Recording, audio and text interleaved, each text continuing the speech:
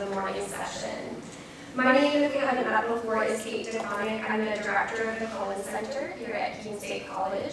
So our focus is Holocaust and Genocide Studies.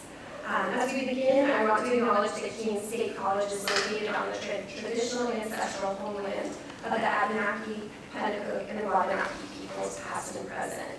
We know that some of these peoples lack federal recognition and that this land remains unceded. We acknowledge and honor the gratitude of this land, the waterways, and the people who have stewarded them throughout the generations.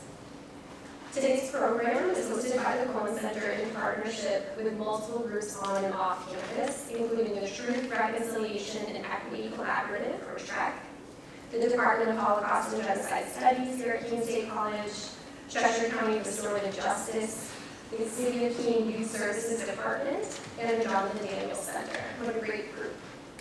We are grateful to everyone who played a role in the planning of today's program, and you might have noticed that at the registration desk and then on our resources table on the side of the hallway, you can see a full list of everybody who was part of that planning effort who we'd like to acknowledge, so please check that out. We're also grateful to the sponsor of today's event, the Savings Bank of Walpole, for providing funding to make all of this possible. And I also want to personally thank Professor Karen Jennings and also Professor Lisa von Doherty. These are two individuals who played a tremendous role in the putting together of today's program, and we really couldn't have done it without either one of you, so thank you so much. Additionally, Michelle Kiawa, who many of you met at registration, Misty Kennedy, Tom White, Professor Julio DelSesto, Brandon Doherty, and our two student filmmakers who are with us today, Shea and Maddie. These are all folks who really helped to make all of this behind-the-scenes work possible for this event to come to fruition. I know that many of you were able also to join us for last night's annual Genocide Awareness Lecturer, where we heard Omar Ndizeye share powerful insights about memory, culture, and emotional expression in post-genocide Rwanda. Today, we're fortunate to have Omar with us again, this time to discuss questions related to restorative justice. As we settle in together, I'm just going to cover a couple of quick logistics, but I know you're all here for the conversation, so I don't want to take too much time. First, if you're here with us in person, please take a moment to silence your phones and your other devices so we can all be present for our conversation. I really most appreciate it. There are also restrooms in the hallways, so if you need to make your way out of the room at any point, take care of yourself, please do what you need to do. Our first session this morning is going to last until noon, and it's going to be a panel discussion with Omar. So local experts who are working in the realm of restorative justice have prepared some questions to help us think with Omar about how we might cultivate justice, healing, and peace building in the wake of deep divisions or violence. We won't be doing an open Q&A with our audience members for the morning session, but we designed today's program so that immediately after this, at noontime, we're going to have a lunch where all of our registered guests are invited to continue the conversation, to talk more with our panelists, and to talk with one another. At 12:30, we'll begin our second major session of the day, which will include interactive restorative justice circles. These will be led by a group of facilitators who have volunteered their time and their expertise to be with us today, so thank you to all of you as well. And please note that we are video recording this first session of the day, but our lunch and our circles will not be recorded. So in just a moment, I'm going to turn things over to our panelists to begin the conversation, but first I wanted to tell you a little bit about all the amazing people at the front of the room here. As I introduce each of you, you can put your hand up so folks know who you are. I'm going to start with Lee. So Lee Seligman began teaching at the University of New Hampshire in 1985 and has taught in prisons, jails, and community settings. She spent 10 years in congregational ministry and a year as a volunteer jail chaplain. A writer since childhood, whether it's essays, stories, or sermons, redemption lies at the core. As a restorative practitioner, Leaf draws on the lessons of her mistakes and the wisdom of her co-learners and mentors, human and arboreal, and delights in bringing tenderness everywhere. She lives by the line, "It is only in an uncondemned state any of us can change." Patrick Heneghan. Patrick, raise your hand. Oh, I'm sorry. Heneghan, thank you. I'm working on it. Thank you. As Cheshire County's Director of Restorative Justice, Patrick seeks opportunities to develop and support restorative practices that engage and empower individuals and organizations and institutions to address and resolve conflicts in ways that promote respect, relationships, responsibility, repair, and reintegration. A creative and experienced adult educator, Patrick has designed, facilitated, and evaluated a variety of motivational adult learning experiences in both the private and public sectors. As a husband, father, grandfather, friend, and avid hockey player, Patrick finds joy and sorrow and sows connection every chance he has. He is a firm believer in Viktor Frankl's idea that in the end, all education must be education toward the ability to decide. Next up, we have Karen Jennings. Great.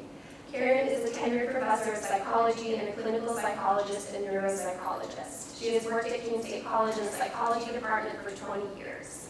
Her research interests center on the neural bases of attention and neurodevelopmental disorders. She also has a small private practice where she conducts evaluations and provides trauma-informed therapy. Her other professional interests range from restorative justice practices and DEI to the ethics of clinical practice. And Darrell Hucks. Darrell, thank you. Darrell is a professor of elementary education at Keene State College. He received his PhD in teaching and learning from New York University. His research interests include the schooling experiences of Black and Latino males, collective achievement, teacher education, culturally responsive pedagogy, college student development and retention, civic engagement, and literacy and technology integration. And last but certainly not least, our featured guest for today's conversation is Omar, who survived the 1994 genocide against the Tutsi in Rwanda. Omar also went on to do very important peace-building work in the wake of the genocide. Some of you I know have read Omar's memoir, Life and Death in Yamada, which recounts his experiences as a 10-year-old boy in the midst of escalating violence. Omar's father and younger brother, as well as many other loved ones, were brutally killed during the genocide, and he himself narrowly escaped death many times. Woven into Omar's story, though, are also themes of hope, faith, and resiliency. And since 1994, he has done incredible work to help Rwandans heal at the individual and societal levels. Omar is currently a graduate student in genocide and mass atrocity prevention at SUNY Binghamton. Lastly, I want to thank all of you who are here with us today. So our students, our faculty, our administrators, our community members, everyone. We hope that today's event is just the start, really, of a longer conversation about restorative justice and what it might take for us to become a more restorative community here in Keene and beyond. And with that, I'm going to turn the floor over to our panelists and our guests for today. Thank you. Thank you.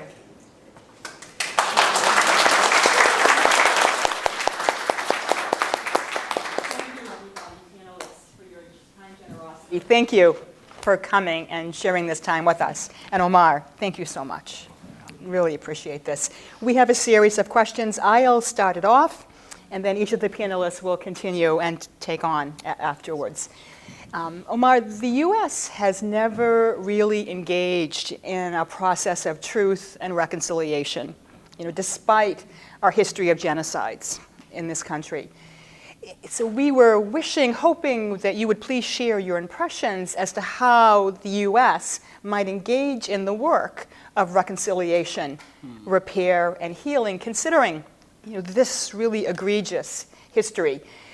In your perspective, in your worldview, what might be windows of opportunity for us to do this work? And from your perspective, what might be some obstacles for us? Thank you, Omar. Oh, thank you very much, Carol. Thank you, everyone who's here, and thank you, Kate, for a very wonderful introduction. This is a very wonderful question. Just to precise, I don't consider myself as expert about US. I'm providing insight as an observation, but also life experience as well. You talked about restorative justice, and you're talking about how to deal with the past. Talked about genocide, the conflicts in the past. I think to begin with is that restorative justice is part of transitional justice. And when we talk about transitional justice, we are talking about 4 elements. We are talking about memory. We are talking about reparation. We are talking about restorative justice. And we are talking about reforms. That means if we are talking about restorative justice, it's also to be aware that it is completed by these other three elements to work. Let me begin with reparation. I know people, when they talk about reparation, they always focus on financial reparation. And in here I mean societal psychosocial reparation. That's what I mean. And that's what I advise to work on, because I was talking to people here this morning. Let's consider US as a house. How can we bring everyone to paint this house to be more beautiful? And if we understand it like that, then we are going to understand that reparation is going to work on psychological wounds left by those historical moments you talked about. We inherited from generations. And how do we do that? In a society where, which is different from African societies. African societies, community-based societies. American society, like any other Western societies, it's individualistic society. We have to recognize that nature of a society and then treat it as such. Because now we are talking about community in a society that is crafted individually. How do we bring these people together and don't change their nature? Yesterday I talked about culture, Rwandan culture. Let me connect that to say that therefore we need to revisit American culture and see what are the connectors. Maybe it's food that brings people together to discuss. Maybe it's games that brings people together to discuss. So these are tools that society have, that if we are to repair that society, that reparation I talked about, we need to revive them. We need to go and revisit the whole culture, the music, the art, and brings them and use them. Because then they will resonate with a society easily. They will resonate with young people. They will resonate with that individualism nature of a society. Because you talked that we also, since we are talking about transitional justice, we are also talking about memory. Then how do we talk about the grievances, the griefs, the wounds, but not in accusatory way, in judging way, to stereotype, how do we deconstruct stereotypes? Because we are also talking about otherings here. And the US being a stable society, very diverse society, on one way, it's an opportunity. On another way, it's a challenge. So that otherlings can easily be motivated, or for different reasons by different actors, can use that to manipulate. And how do we disempower the radicalization of those diversities? That means a space like this needs to be multiplied.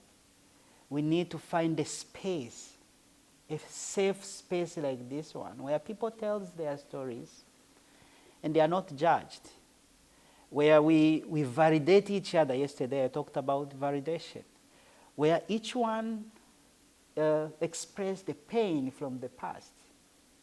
Because this past, make no mistake, wounded everyone in a society. How do we recognize that? Do we recognize that as such to begin with? Does a society accept that everyone needs a healing journey. Then from there, then we are going to restorative justice by, borrowing from the culture, the tools that helps us to deconstruct the radicalization, demystify nostalgia, and deconstruct the myths and the stereotypes, prejudices towards others. By talking about that, accepting that uncomfortable conversation about our past. So maybe because we are many to panel, I want to let others talking, but also keep advocating then for reforms, because we are talking about transitional justice. If we are to institutionalize safe spaces in the community, they need to be supported. Of course, that then comes with people who are at the strategic tables, who can discuss how to strategize that. Is it policy reinforcement? Is it policy change? There are a lot of advocacy around that. Right. Thank you so much. It's fabulous. Okay, I'm going to adapt my question. kind of spoke to it. So can you talk a little bit about what causes the othering process? Why do people engage in that process? That's a good question. Thank you so much. First of all, I had one day, as Kate mentioned, I was involved in the peace building work in Rwanda. And one of the activities we participated in was a conversation about conflict transformation. I know some people talk about conflict resolution, conflict management, but here we are talking about conflict as an opportunity for a society to grow. Let me use Rwandan society as an example. Before genocide, we could talk about Hutus and Tutsis. People would talk about it in public. It was institutionalized. Quota system in education and the government, in education specifically, not more than 10% of Tutsis were allowed to go. Only 10% of Tutsis were allowed to go in schools. That means it was not meritocracy. Then you would find that brilliant kids who study only elementary school, and they go back to work in their parents' farmland, not because they didn't want to continue the school, but because that's how the society had crafted that. So then no one thought that talking about Hutus and Tutsis, how being in a society crafted like that is going in one way. We'll wake up on 7th April on machetes, killing more than 4,000 Tutsis in a day, to 1 million in 3 months. No one has ever thought about that. But we are seeing young people being radicalized. We are seeing songs like "Iye tubatsemba tsemba." Oh, let's exterminate them. That's a song. That's what the song was. And some students would sing about it easily. We would see our teachers who say, "Tutsi stand up, Hutu stand up, Twa stand up," and they would make a report, daily report, which is sent to say, this number of Tutsi came to school. This number of Hutu came to school. Now, a Rwandan who plays with that is suicidal. So Genocide, in other words, had taught us that this thing is dangerous. So we should not entertain or institutionalize differences. We should avoid those hate songs, those hate speeches. So you see, so then you are talking about otherings. You are talking about how do we see others. Then I said conflict is opportunity. It taught us we have grown as a society to live out those ethnic groups. Because human beings, whenever we see others, what comes in our mind, it's not a smile, it's not positive things, it's a threat. Whenever we see someone, a strange, just tasty, and we come from here, go on the road and see someone you don't know, and talk to your heart, and tell me what you think. It's, oh, am I safe here? That's the nature of human being. Someone says we are even born from conflicts. When a child comes out, the first emotional expression is crying. So then conflicts are not bad in a society. They are bad when they reach to the level of violence. But then, as societal actors, the actors in the society, then we need to be aware of that, then de-escalate each level of conflict. De-escalate, deconstruct, build spaces like this, where we reduce the level of being strangers in the minds of others. That means a diverse space. Work on bringing people together, telling stories. Because othering is to see others as a threat, is prejudices toward a group of people. Oh, they are this. Oh, they are this. Yet, in each group, there are good and bad. There are good and bad people. In each group, so we find bad and good people. But even the people we consider as the bad ones, we need also to approach them and work on changing them. Not because we are saying change, no. We first listen to them. Why this person is bitter? Like why this person thinks normally bitterness, it's also abnormality. What childhood this person experienced that made him to reach to this level? What is in the society that's creating this? And then we understand, for me to conclude, we work on fear.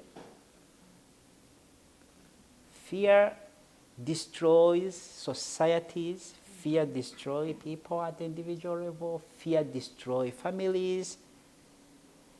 And understand that now with social media, I was telling some people here that family is no longer a guarantee of protection to young kids, to people. It's no longer, because you are sitting in a dining hall, or kids are in the room, they are connected to the world, they're exposed to all shocks that are being exposed on social media. They have a smartphone. I'm not advocating to ban technology. I'm saying let's be aware. Let's normalize to sit with our kids in a restaurant. Let's normalize to leave phones out and have a conversation in a room, in homes, with the kids, and listen to them. Because they are learning outside of their homes, outside of their parents, they are learning a lot. So otherlings then is seeing others as threats. Yes. Young people are learning otherlings from outside their families. the transmission of hate is going through technology now. The transmission of hate is going through the schools. They are meeting their kids who are radicalizing them in a setting where you think that they are learning. Then we need to be aware of all of this and understand that conflict is a nature of human being, but also it's opportunity for the society to grow. Then this conversation we are having is timely, and it's hitting on that target. Yes, thank you. Adapt my question as well. So, Omar, you mentioned curiosity, and I'm thinking as I'm listening to you of a wonderful line by Valerie Kaur, who says, to see no stranger, that everyone we meet is a part of ourselves we have not yet met. And I'm thinking about the Rwandan context, where so much of the othering that happened between Hutus and Tutsis was not only, it was often interfamilial, right? That, I mean, people were often parts of a family or a neighborhood, a community, a country, and yet there was such profound othering. So the question really is, in addition to curiosity, are there other ways that we can cultivate that capacity based on your lived experience, where we see no stranger, where we see in the other being a part of ourselves we've not yet met? It's also a good question. Thank you very much. Yeah.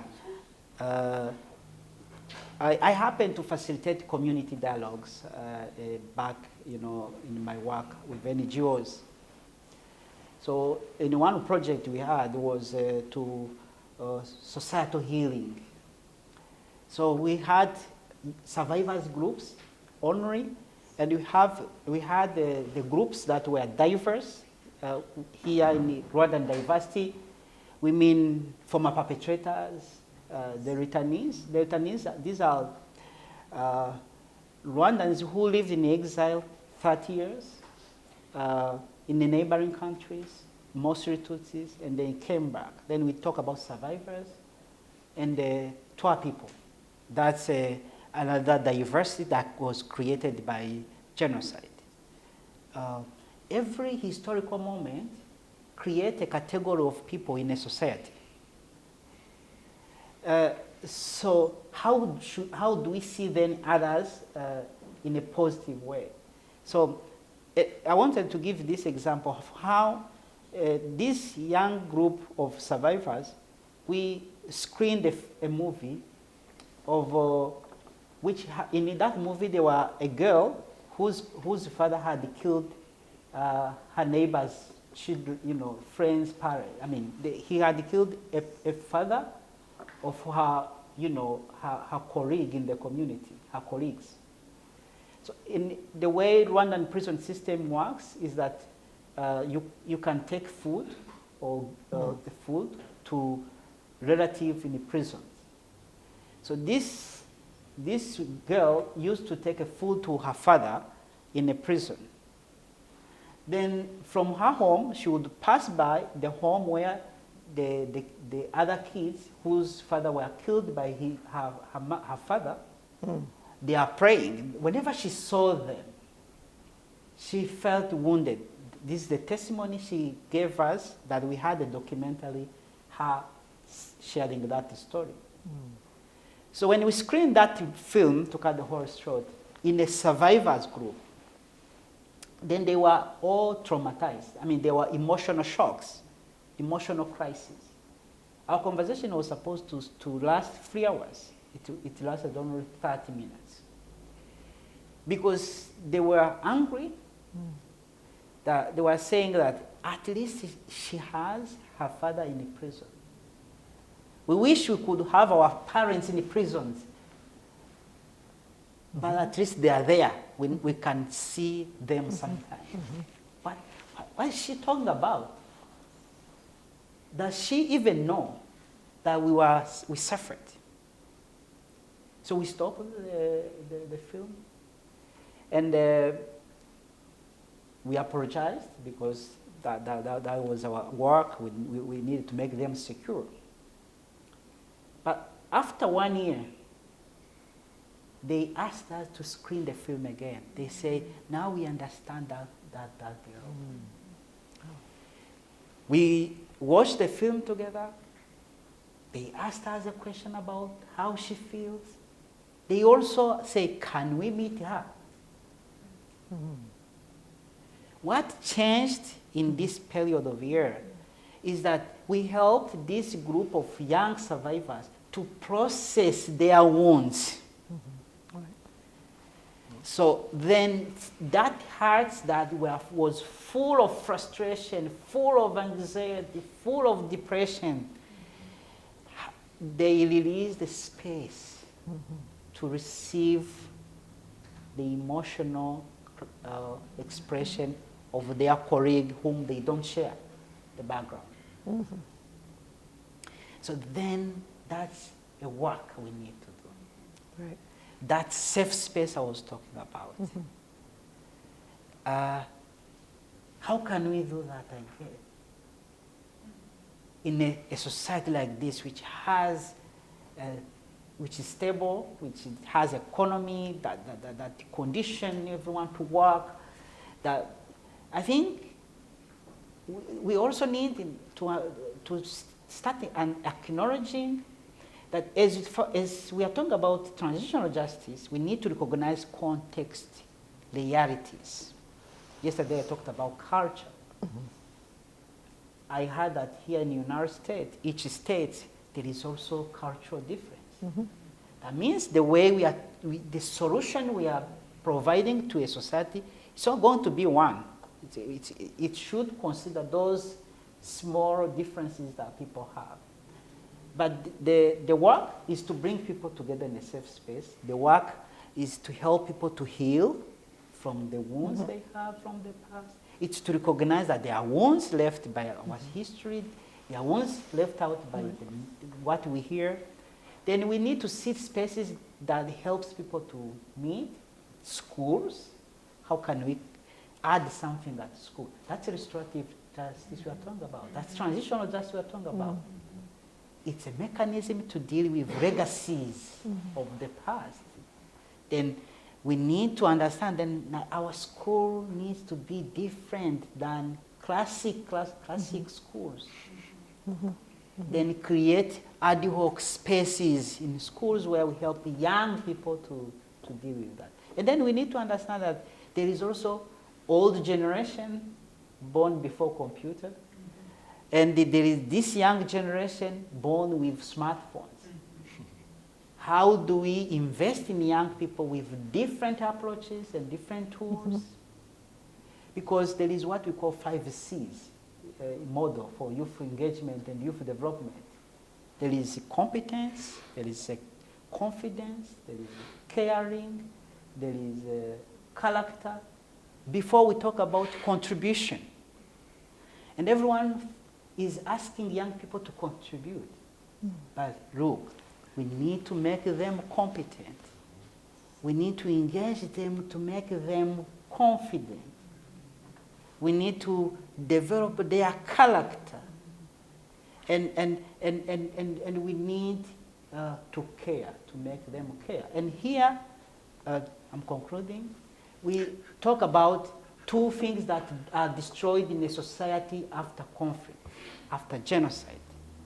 This is empathy and trust. And if you look across communities, empathy and trust, it's what makes society working.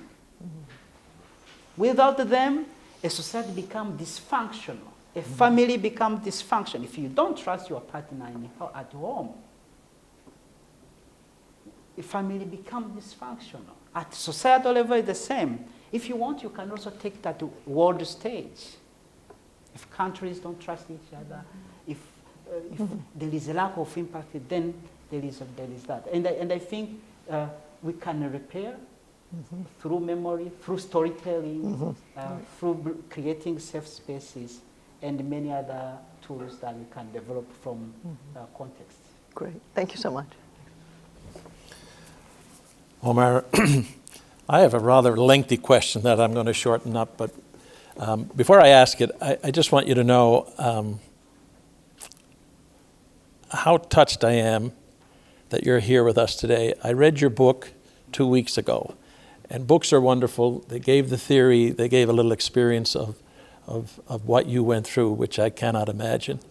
And one of the questions I was going to ask you outside of the circle today was, as a 10-year-old boy, here you are today in 2023. Was this one of your, did you ever have the notion that you would be here today, 29 years later? That's not my question, but that's what's driving me to be here today. But I'd like just to get your thoughts and insights about the whole process of truth, reconciliation, restorative work, transitional justice efforts back in Rwanda, because that's a lot of hard work to do that. And to your point earlier about us living in an individualized society, this is work that requires more than one individual. It requires community. So it's a shift in philosophy and system. So if you could talk a little bit about that, how did that come about? How's it working? What are the ongoing initiatives with your transitional justice efforts in Rwanda? Because a lot of us in our society today like to think of a restorative process as great. We got a program, we got a start, we got a middle, we got an end, done. But transitional justice is a process for a long time, and I'd love for you to talk about that if you don't mind. Long question, adapt it. I gave you some time to think about it. Now it's up to you. Yeah, I think it's a long question, as you said, but the question you also asked before helps me to respond to that. Whether I thought I would be here, the answer is no. Yeah, I lived in a forest for 1 month, and in that period, I was living in bushes. So it was a rain season. So I think whenever I see someone suffering, I think that experience. Because as I like to say, our life, most survivors' life expectancy at that time was 1 minute. It's just the next minute, I don't know where a dog or a militia or a soldier is going to come from and kill me here. So that's why when I wrote this book, I wanted something different that creates hope. I talked about hope because I don't think that there is something else you can have that makes life continuing after that life than hope. So you are asking about how transitional justice was built in Rwanda. It's that there were many conversations after genocide. It started at political level, what we lead, and see what we call urugwiro conversation, where the politicians came together and discussed. It's not talked about because it was not portrayed as a transitional justice. But to me, when you read the profile of people who attended that conversation, some of them were perpetrators of the successful pogroms of Tutsis in the 1960s. That courage of having them in that conversation, I think made the country on the path of seeking peace. That courage of inviting them in that conversation. There was a man called Nyeramugaba, who is known to be a prefect, where 20,000 Tutsis were killed in 1963. He participated in that conversation. So after a society kept asking, how can we tell truth? Survivors needed truth. We knew that finding our people was difficult. but then burying them was at least an opportunity for psychological closure. But then neighbors were not ready to tell us where they were not buried them, thrown them. So then in that conversation, the society came up, of course, with the Truth and Commission, the Constitution Commission idea, which I think Rwanda didn't adopt it as a whole. It was conceptualized, and then they borrowed from a culture something called gacaca. So there are some critiques about it from survivors, from perpetrators and their families, returnees, Rwandans in general, scholars. But in my work with Professor Stephanie, Dr. Anna Marie, and Dr. Joseph in Rwanda, when we were on the field, many survivors testified that after the perpetrators told me where my father was, as an example, and after I buried them, I no longer have a headache. So we had a survivor in the west of Rwanda who lived 3 years in a memorial, but in a mass grave, because she thought that she needs to protect her parents buried there. So you can understand this level of trauma. And what truth helps? The truth helped survivors to find bodies of their own and they buried them. But of course, not everyone got that opportunity, because some of them were thrown into the rivers, and the rivers took them to outside of Rwanda, in Uganda and Tanzania. We have one memorial in Tanzania and then 2 memorials in Uganda of these people. It's hard to identify them. Now, survivors who have never buried their own, they are having difficulties for psychological closure. Then that's what truth helps. The truth helps healing. In this context where we are discussing about the restorative justice and the restorative community, then maybe it's not about burial, but maybe it's about what people live in. It's the nightmares. It's a depression. It's anxiety associated with that. So there is truth of what we talk about, of what happened from historical events, but there is also truth about how we feel. Recognizing these two sides of truth in minds of human beings is important. And understand that when we are seeking truth about the history, let's not limit ourselves to seek truth about events. Let's also seek truth about feelings.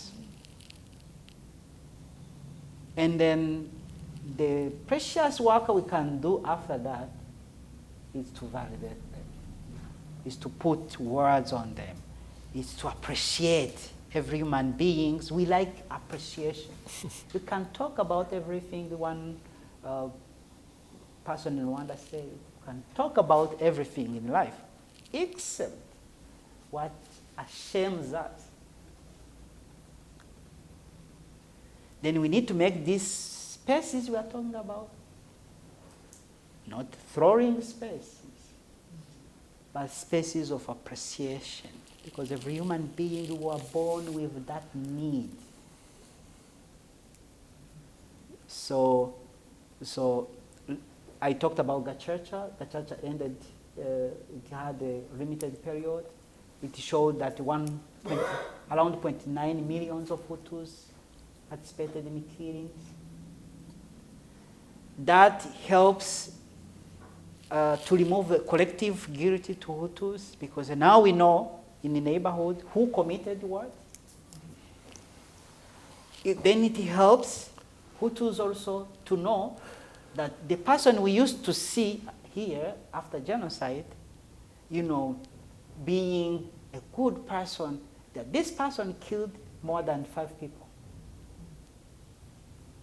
Then when survivors say, no, he killed my own, they are not lying, because he also accepted that in the society.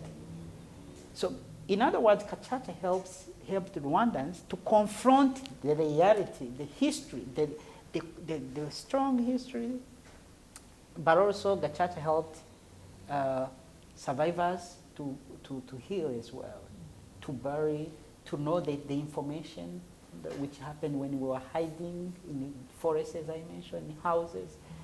And of course, I don't want to spend time on what didn't go well in it. I'm trying to pick up some reasons, some good reasons we had from different people who participated in it. So now Rwandan society is trying to find how can we institutionalize another form of transitional justice, which is called abunzi mediation. How can we help that? Because the society is living now in an identity crisis, but also in a huge need for healing. A colleague of mine told me that now, if you had psychological training and you want to create a clinic, now the government is that you can create just that center. It shows you that the problem is overwhelming now. 35% of survivors in the recent research are living with depression. 12% of the whole country are living with depression.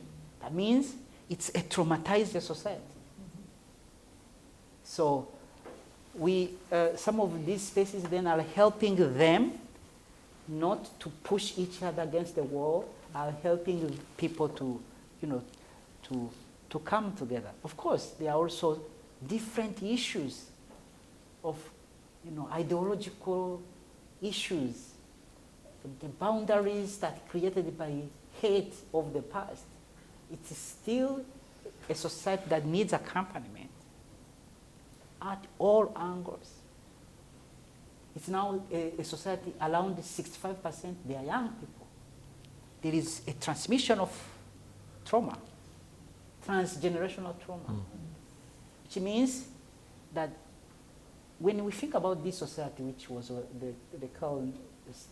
the first question, we think about this society, we need to understand that these young people we are seeing sitting here and their colleagues outside this room, they inherited, in one way or another, traumatic symptoms or transgenerational trauma of this past. So then we need to create specific youth programs that helps them to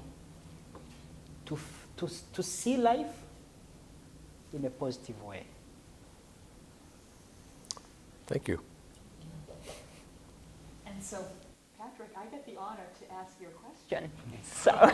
So Omar, I'm going to be asking Patrick's question. So on a more personal note, Omar, reflecting on the arc of your life, from the little boy that you were to this really accomplished man we have here visiting with us today, how have all the events of your life affected your worldview, right, your perceptions of humanity, and commitment to hope? Thank you so much. My life, my father was born in the north of Rwanda, and at I think the age, because he was born in 1946. In 1959, his family was deported from north to south. So that was their last time to see their land. So with that difficulties, he was born in a very Catholic, practicing family. he converted to Islam. So my mother as well.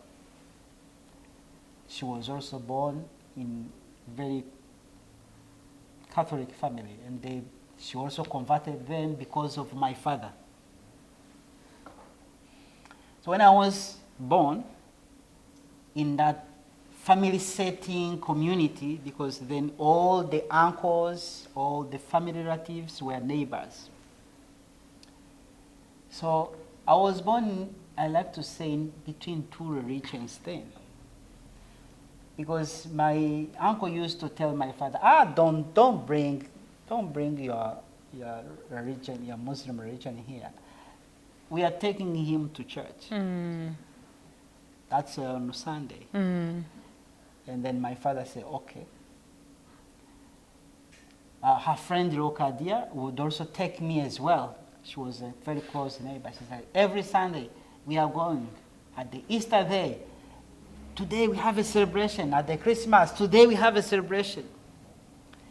But after they bring me back at home, then my father would take me to mosque on a Friday. So he never told me about anything about what was going on. But I think that helped me to see life in its diversity. To see life in its diversity. And then when genocide happened, when I lost him in a church, I was with him. Every child see his or her parent as a hero. But the last minute I saw him, he was terrified. It was after, we were in I like to call it a river of blood, because of a lot of shootings inside the church. And it was after the tear gas that was very painful. So after the smokes of the tear gas left the church, I saw him and I'm like, this is the end. My hero, he no longer have hope. So I remember he gave me 100 Rwandan francs and say, in Kinyarwanda, when someone want to say be strong, they say be a man, when you translate it literally. He said, in the future, be a man. So whenever I encounter difficulties in life, I remember that horrific moment where he had that courage to say that word. Yeah. So, but also the life in the forest, where we were hunted by dogs and other Neramwe. It also shaped me to think that whenever I see someone suffering, I think about that moment directly. There is a day I thought that life has no meaning. Then I decided to go out of bushes and travel inside the town. Then women and children, their husbands had gone to kill because it was a daily work. They stood on the street where I was passing, saying, "Oh, come and see this little cockroach. Come and see this little Inhotani." Inhotani was a nickname of RPF soldiers at the time. So they were screaming, but I say, okay, when I left the bush, I wanted to die. But when this came, I'm like, okay, I need to be safe. I need safety. Then my heart told me, like that time you discuss with your heart, and that last moment is where you see that soul and the body, they are different. Then you start talking to yourself. I told myself that don't learn, because then if you learn, these people are going to learn with stones, they are going to stone you. So they kept screaming until I left and entered in the forest. So whenever I see someone who is you know, in the difficulties, I just think that moment and how I was suffering. I was like, maybe this person is me at that time. Yeah. So that experience continued to be my lessons. Whenever I revisit, you know, do self-critique. You know, in life we are not perfect. Sometimes I commit something, I say, okay, I wasn't supposed to do that. In that moment where I do self-critique, in that moment where I see people in difficulties, in that moment where we're discussing here about the people who do wrong things in the society, I'm thinking that moment I lived where I needed someone to say, don't worry, you are not alone. Yeah. Yeah. Thank you so much, Omar. Thank you so much. Let's give him a standing ovation. Thank you so much. Thank you so much. It was fabulous.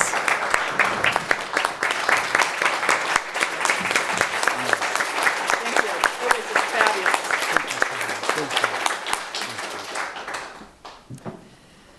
Thank you so much, Omar. Thank you so much to our amazing panelists today. I think you've really opened up some powerful insights and questions for us to continue with the rest of our sessions today. This is why we built in a lunch, so that we can process together and think together some more.